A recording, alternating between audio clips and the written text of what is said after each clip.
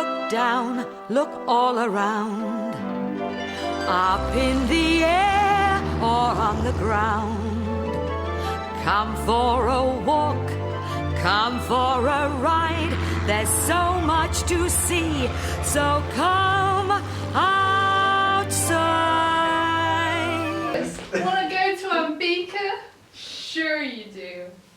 I think going to Ambika would be loads of fun. We could find lots of facts about it to tell our friends. Darn right. I have absolutely nothing to say.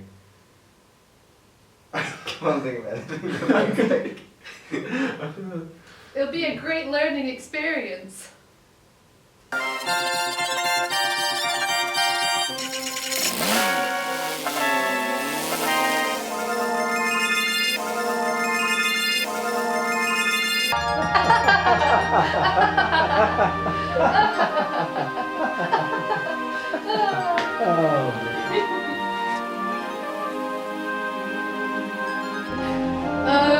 Won't be long now. Wow, look over there, there's a beaker! Oh boy!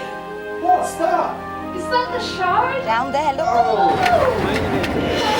That's where the vet surgery is.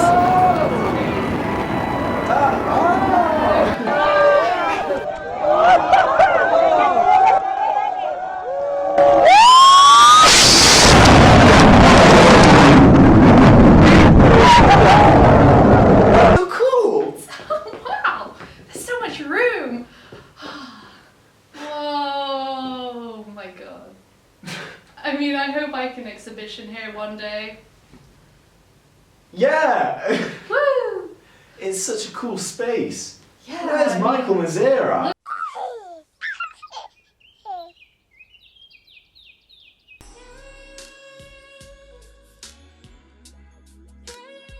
Sometimes it's to do with a specific opportunity, so there's an element of chance. Sometimes it's because I just decide that this artist, for example with the David Hall exhibition, he had made a work that was connected with analog broadcast. We were coming to the end of analog broadcast, so I thought this would be a great moment to restage one of his works.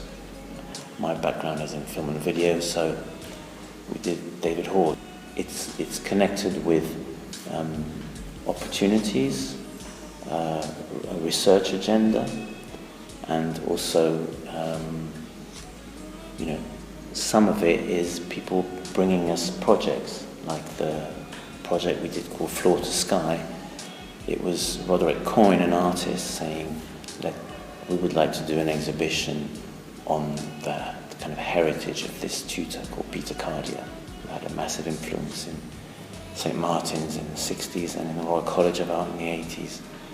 And so there was a collaboration with Peter Cardier and these artists. So each one is really quite different. There isn't a kind of committee of people sitting around going, let's do this or that. I mean, it's mostly led by myself, and it's often done in partnership.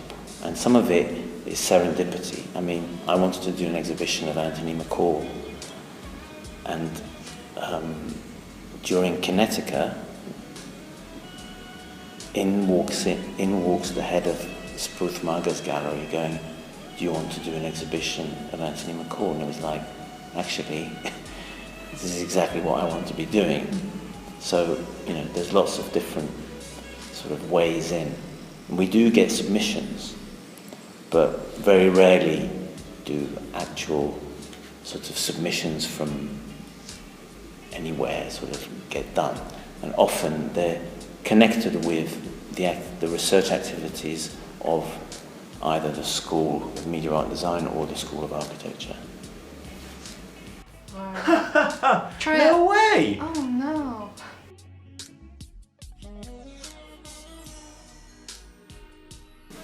In terms of my work at P3, curation involves selecting artists, working with artists, and also leading the production.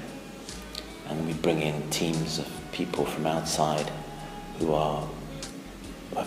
we've been working with for a long time to actually build specialists in terms of building the exhibitions and lighting and video, and all these people come from outside, not really from inside the university. So my role is kind of like multiple, if you like. You know, the first being obviously selecting the artist, but then it's also a role of kind of mediator between the artist and the work, you know, because every artist comes with, you know, their own baggage and their own desire, and then there's the space, you know, and we have to find artists that have quite a strong track record, because it can be an intimidating space. If you made a disaster in there, if you made a bad exhibition, it would be really on a big scale. So, you know, my role is kind of multiple, and one big aspect of it is collaboration with the artist, but also collaboration with commercial galleries, you know, public galleries, other curators. So it's a very kind of it's a role that has a core, but it has lots of sort of adjuncts to it. You know, you have to be very flexible, especially in that space where I'm also a fundraiser. You know, so in a way, it's more than just curating. No way! No way! No way!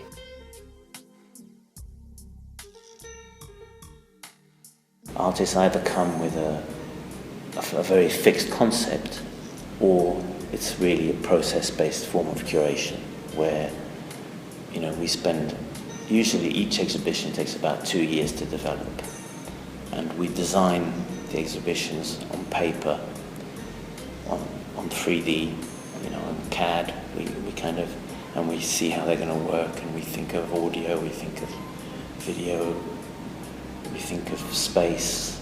So it's a very negotiated. There's very few exhibitions that have come in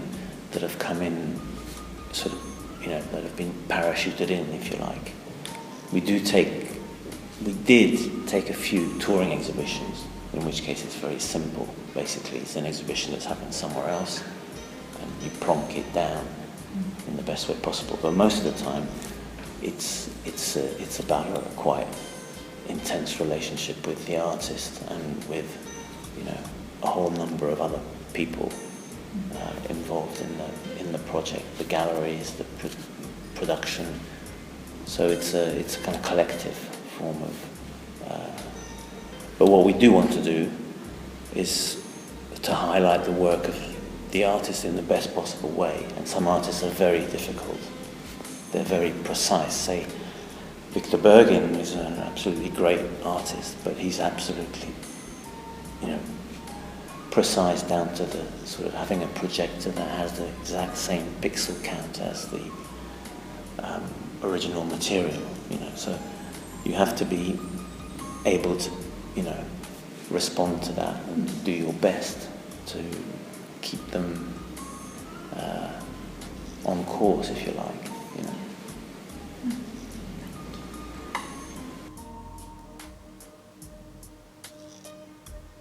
Cool!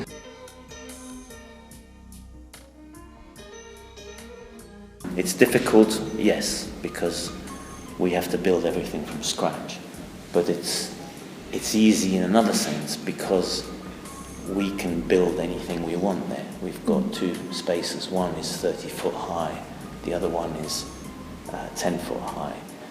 And they're both the same size, and so it gives you a nice spread of spaces in which you can show work.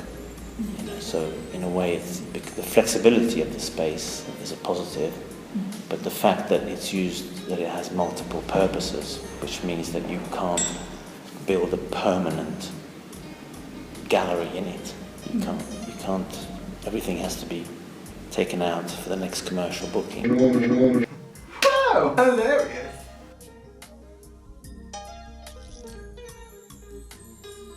Well, we sort of we looked around at other spaces like Truman's Brewery, you know, other venues that have the same size and that do those kind of commercial hires. But if someone's hiring it, say, for a month, we're not going to charge them $5,000 a day. We're going to charge them, you know, $7,000 or $8,000 a week. Oh wow, I had a great time. Thanks for dragging me out, you guys. I knew you'd love it in the end, Richard. Oh.